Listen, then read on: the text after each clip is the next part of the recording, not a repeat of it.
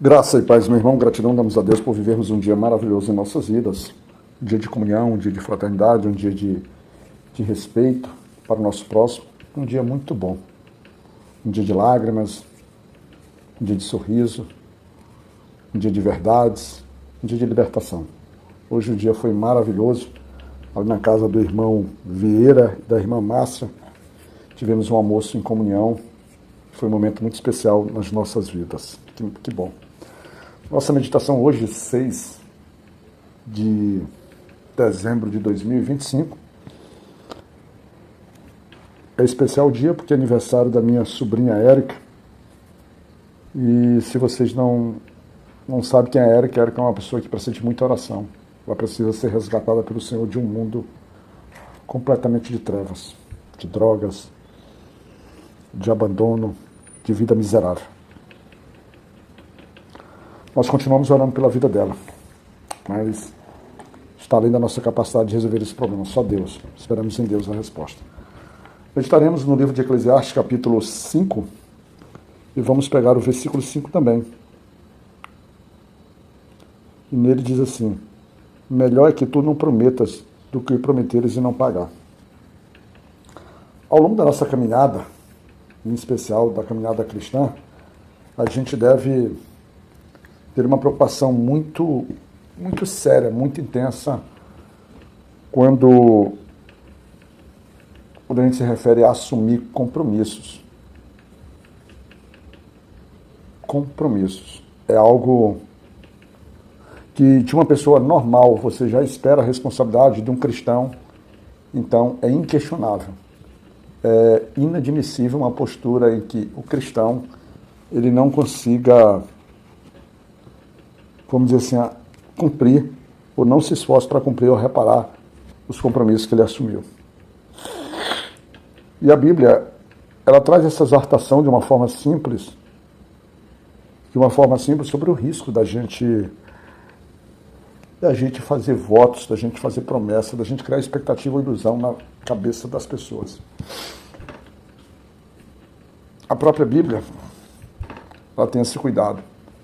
E na minha vida prática, eu lembro que eu acho um primo do meu cunhado, César, quando eu era garoto, aproximadamente uns 14 anos, 15 anos, 16, eu não sei exatamente, tinha um rapaz, um primo dele no Rio de Janeiro havia me prometido uma camisa de um time do Rio quando eu torcia para esse time.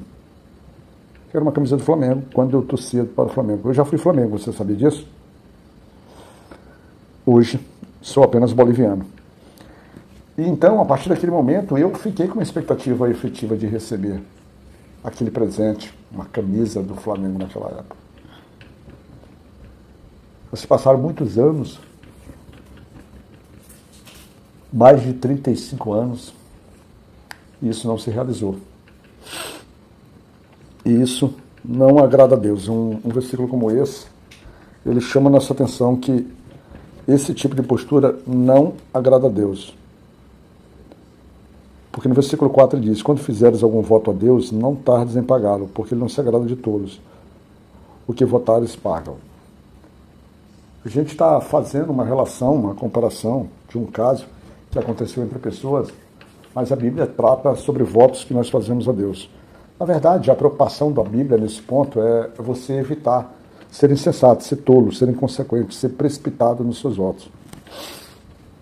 Isso traz danos? É claro que traz danos, muito danos. Quando a gente resolve voltar na Bíblia Sagrada no tempo, a gente vai lá no capítulo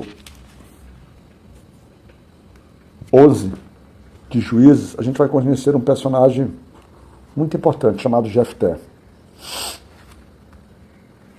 Logo no versículo 1 desse capítulo, ele diz assim: ora, Jefté, o gileadita, era um homem poderoso e valente.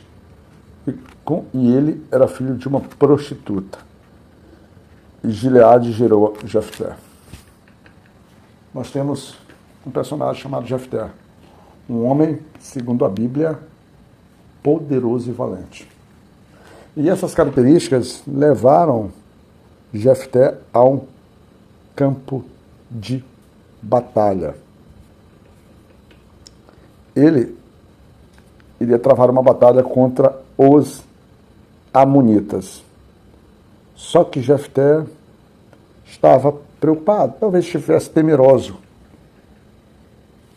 E então ele resolveu fazer uma promessa. Ele não pensou, ele se precipitou.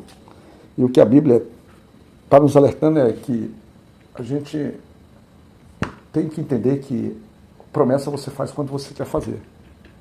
Promessa ele só torna-se dívida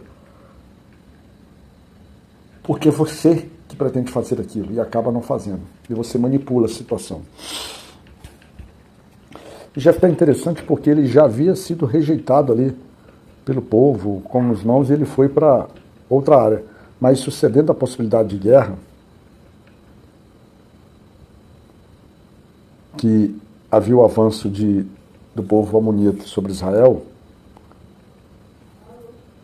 o povo que havia expulsado Jefté, ele se viu obrigado a ir buscar o apoio de Jefté. No capítulo 11 também, lá no verso 6, ele diz assim: e eles disseram a Jefté, vem e ser o nosso capitão para que possamos lutar contra os filhos de Amon. Então, Jefté vai para o campo de batalha. Acontece que, nesse momento, em alguma situação, ele se sentiu pressionado e com medo. Ou ele simplesmente queria garantir a vitória a qualquer custo. Então, Jefté, no versículo 30, e aí é um exemplo muito prático, muito claro, Jefté faz um voto. Jefté diz, no versículo 30, e Jefté fez um voto ao Senhor e diz: se tu sem falta entregares os filhos de Amon nas minhas mãos, então será que o quer que saia das portas da minha casa para me encontrar, quando eu retornar em paz dos filhos de Amon, certamente será do Senhor, e eu oferecerei como oferta queimada. Ele sacrificaria. Você observa que o Senhor não pediu nada para Jefté. Mas Jefté, de espontânea vontade, querendo garantir como se quisesse comprar a sua vitória, ele faz essa promessa maluca. E por fim, a sua filha, quando ele volta do campo de batalha, a primeira coisa é a pessoa que sai. E ele é obrigado a cumprir o seu voto. A sua filha se vê consciente e aceita o destino traçado pelo pai. Mas certamente isso marcará a vida de Jefté para todo sempre. Não vamos entrar na seara se ela morreu ou não morreu, que é uma discussão teológica. Mas o voto de Jefté foi feito. A Bíblia nos alerta sobre isso, a insensatez ela causa dor. Se nós caminharmos, nós veremos um voto semelhante no Novo Testamento, quando Safira e